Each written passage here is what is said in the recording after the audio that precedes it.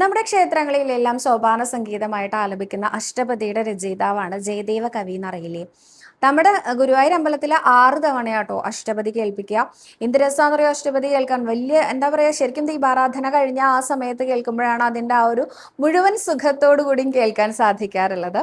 അപ്പോൾ ഇനി വരുമ്പോൾ നിങ്ങൾക്ക് സാധിക്കട്ടെ. എല്ലാ ക്ഷേത്രങ്ങളിലും ഉണ്ടാവും, എന്നാലും ഗുരുവായൂർ അമ്പലത്തിൽ കേൾക്കുമ്പോൾ കുറച്ചധികം സന്തോഷമുണ്ട് കേട്ടോ.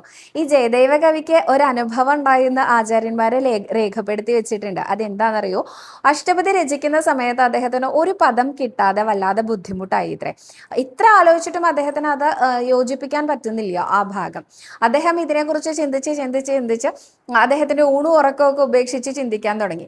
ആ സമയത്ത് അദ്ദേഹത്തിന്റെ പത്നിയായിട്ടുള്ള പത്മാവതിക്ക് എന്താ അങ്ങേക്ക് ഇങ്ങനെ ഇത്ര ബുദ്ധിമുട്ട് എന്നൊക്കെ അന്വേഷിക്കാൻ തോന്നി. അങ്ങനെ അദ്ദേഹം അന്വേഷിച്ച സമയത്ത് പറഞ്ഞു, എനിക്കൊരു പദം ശരിയാവുന്നില്ല, അത് എഴുതി പൂർത്തീകരിക്കാൻ സാധിക്കാത്തതിലുള്ള വിഷമം കൊണ്ടാണ് എന്ന് പറഞ്ഞു.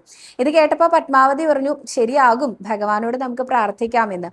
പത്മാവതി എന്ന് പറയുന്നത് ജയദേവ കവിയേക്കാളും വലിയ ഭക്തിഭാവമുള്ള ആ ഒരു എന്താ പറയുക സ്ത്രീരത്നമായിരുന്നു എന്നാണ് കേട്ടോ കേട്ടിരിക്കുന്നത്. ജയദേവ കവി ഈ രചിക്കുന്ന ഓരോ രചനകൾക്കും നൃത്ത ചുവടുകളിലൂടെ ആയിരുന്നു അത്ര ഭഗവാനെ പത്മാവതി സന്തോഷിപ്പിക്കാറുണ്ടായിരുന്നത്. ആ സമയത്താണ് പെട്ടെന്ന് ഒരു ദിവസം രാവിലെ എഴുന്നേറ്റ് ഈ ജയദേവ കവി കുളിക്കാൻ പോവാണ്. കുളിച്ച് തിരിച്ചു വരുന്ന സമയത്ത് എന്തെങ്കിലുമൊക്കെ കിട്ടുമായിരിക്കും എന്നൊക്കെ വിചാരിച്ച് അദ്ദേഹം എപ്പോഴും ഇതന്നെയാണ് ചിന്തിച്ചുകൊണ്ടിരിക്കണേ കേട്ടോ. അദ്ദേഹം പോയി ഒരു 10 മിനിറ്റ് കഴിഞ്ഞപ്പോൾ വേഗം ഓടിക്കെതച്ചെത്തിയിട്ട് പറഞ്ഞു, എനിക്ക് ആ പദം കിട്ടി, വേഗം എൻ്റെ ഗ്രന്ഥം എടുത്തു തരൂ എന്ന് പറഞ്ഞു. ഈ ഗ്രന്ഥം എടുത്ത് അതിൽ തിരുത്തി എഴുതുന്ന സമയത്ത് എണ്ണ തേച്ച് കുളിക്കാനാണ് അദ്ദേഹം പോയത്. അദ്ദേഹത്തിന്റെ കണ്ണിലേക്ക് എണ്ണയായി എന്ന് പറഞ്ഞു. അപ്പൊ പത്മാവതി സാരി തുമ്പുകൊണ്ട് ആ എണ്ണയൊക്കെ തുടച്ചു മാറ്റുകയാണ്.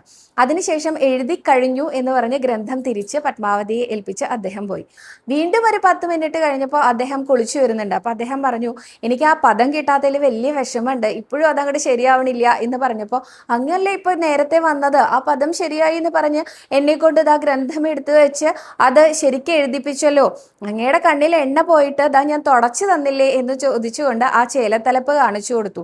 അപ്പോഴാണ് ജയദേവി കവി പറഞ്ഞത്, ഞാനിപ്പോൾ വന്നിട്ടേ ഉണ്ടായിരുന്നില്ല, ഈ തിരുത്തി എഴുതിയത് സാക്ഷാൽ ശ്രീ ഗുരുവായൂരപ്പൻ തന്നെ ആയിരുന്നു എന്നുള്ളത് അദ്ദേഹത്തിന് അപ്പോഴാണ് മനസ്സിലായത്. അദ്ദേഹം ഉടൻ തന്നെ ചെയ്തത് എന്താണെന്നറിയോ?